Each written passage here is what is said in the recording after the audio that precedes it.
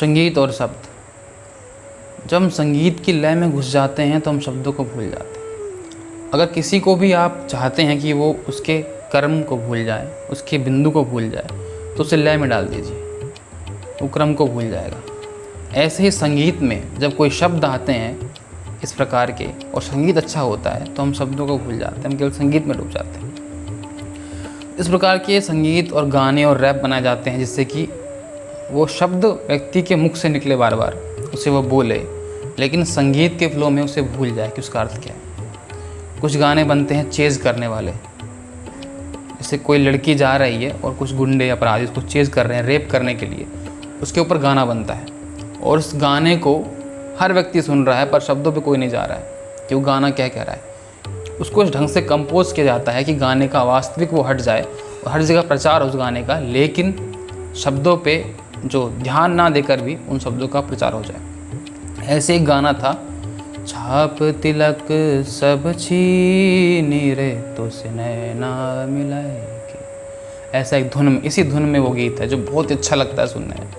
जो पहली पंक्तियाँ हैं सुनने में आता है वो कबीर दास की पंक्तियाँ, और वो ठीक भी लगती हैं। छाप तिलक जो चिन्ह थे, मतलब जो लिंग चिन्ह थे धर्म के, उनको हट गया है और अंदर से अब उन्होंने परमात्मा को पा लिया। तो पंक्तियाँ कबीर की भी हो सकती हैं, इसमें कोई संदेह वाली बात नहीं है। पर जो ये गाना बहुत से कलाकारों ने गाया, जिनमें कि एक बहुत ही महान कलाकार हैं, कव्वाली कलाकार, उन्होंने भी गाया था। इसकी जब अंतिम पंक्तियाँ हम देखते हैं, अंतिम पंक्तियाँ कुछ ऐसी हैं और शुरू में भी आता है बीच में। अंतिम पंक्तियाँ स्पष्ट करती हैं कि गाना किस प्रकार का है। इस गाने के अंतिम बोल हैं, खुसरो निज़ाम के बन बन जइयाँ, खुसरो निज़ाम के बन बन जइयाँ, मोहे अपनी कर दीनी रे मोसे नैना मिलाएगी।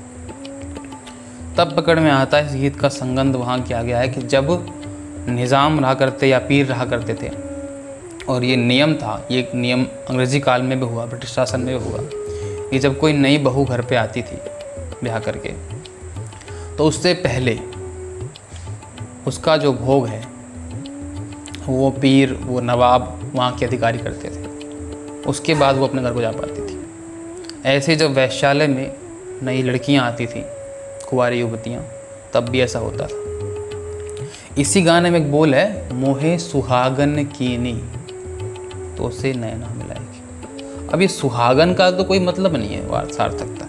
अगर ये कबीर की पंक्तियाँ हैं तो सुहागन करने का तात्पर्य क्या बैठेगा?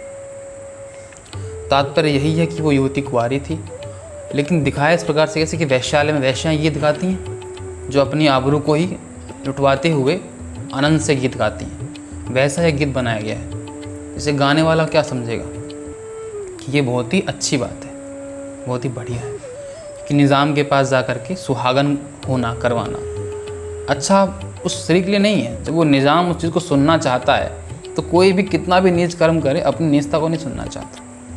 तो उस नीचता को देखते हुए भी वहाँ पर गाना इस प्रकार से बनाया गया कि सुनने वाले को लगे कि बड़ा महान हो, बड़ा कल्याण किया है।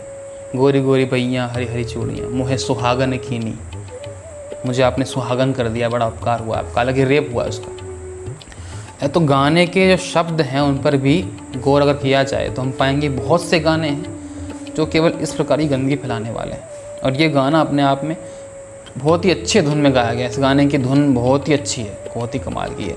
पर होता यह है कि कुछ चीज़ को, अगर गलत चीज़ को अच्छे ढंग से दिखाया जाए, जैसे कि ऐड में हम कोल्ड ड्रिंक दिखाते हैं तो व्यक्ति उसको पाने लगता है, चाहने लगता है।